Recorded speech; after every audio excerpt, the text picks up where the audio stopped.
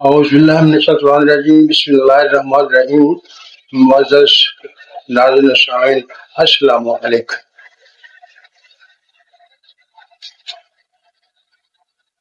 آج میں آپ کے سامنے خشک کھانسی کے لیے ایک نسخہ پیش کرنے لگا کیونکہ میں نے دیکھا لوگ جب خشک کھانسی لگتی ہے تو وہ ڈاکٹر صاحبان سے گولیاں سیرپ بہت کچھ لیتے ہیں لیکن کھانسی ہٹنے کا نام نہیں لیتے، جان چھوڑنے کا نام نہیں لیتے۔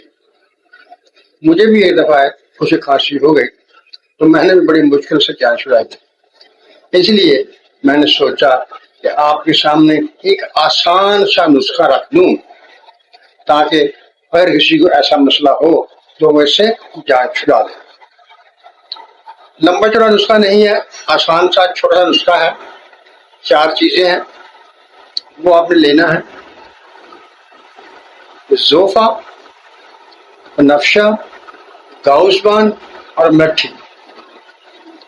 اور جو 5ویں چیز ہوگی وہ آپ نے انتخاب کر لینا ہے۔ اگر آپ چاہیں تو آپ اس میں دیسی گھی یا روغن زیتون میں سے کوئی ایک لے لیں اور نصف چمچی چھوٹی چائے والی چمچی وہ نصف قریب اس میں ڈالیں گے۔ کرنا ایسے ہے آپ نے کہ آپ 20 گرام زوفا، 20 گرام بنفشہ، 20 گرام ملٹھی اور 20 گرام گاؤسبان لے لیں۔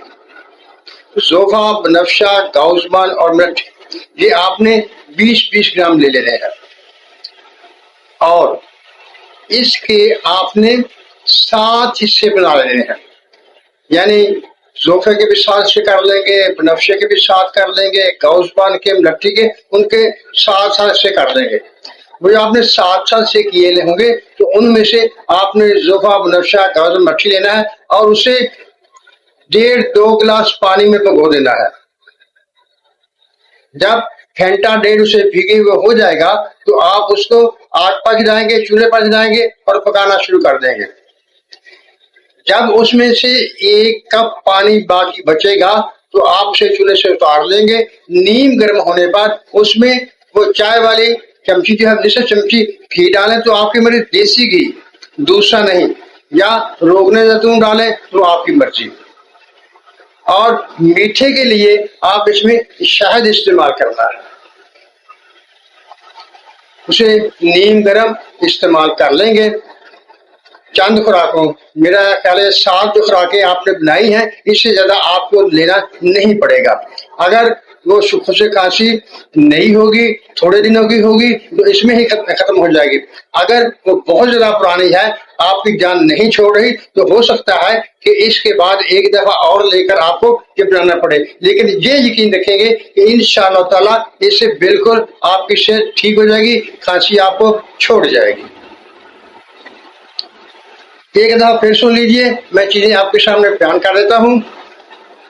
زوفا، یہ بھی وہ پھول سے ہوتے ہیں، بوٹی ہے اس کا نام ہے زوفا، وہ 50 سے مل جائے گی۔ اس تمام چیزیں 50 سے مل جائے گی۔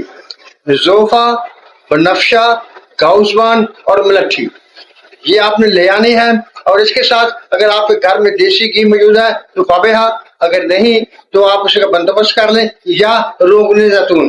روغن زیتون میں بھی یہ بات یاد رکھنے کی ہے، وہ جو ٹین کے ڈبوں میں بند آتا ہے وہ نہیں لینا، وہ جو سبزی مائل رنگت میں روغن زیتون آتا ہے وہ لینا ہے، اسے استعمال کرنا ہے، وہ پیوریفائڈ ہوتا ہے اور اسے ایکسٹرا ورجن بھی کہتے ہیں۔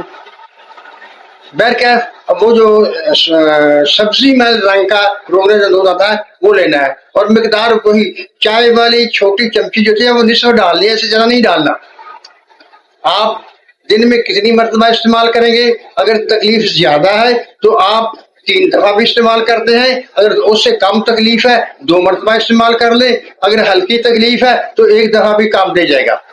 لیکن جب اگر آپ اس میں 1 دفعہ استعمال کریں گے تو ایک کام اور بھی آپ کر سکتے ہیں، یعنی اگر پہلی دفعہ آپ نے جو چیزوں کو ابالا اور ان کو کہوہ بنا کے استعمال کیا، ان کو دوبارہ پانی میں بھگو دیں اور دوسری دفعہ استعمال کے لیے اس کو پھر پکائیں اور رات سوتے وقت اسی طرح سے پی لیں۔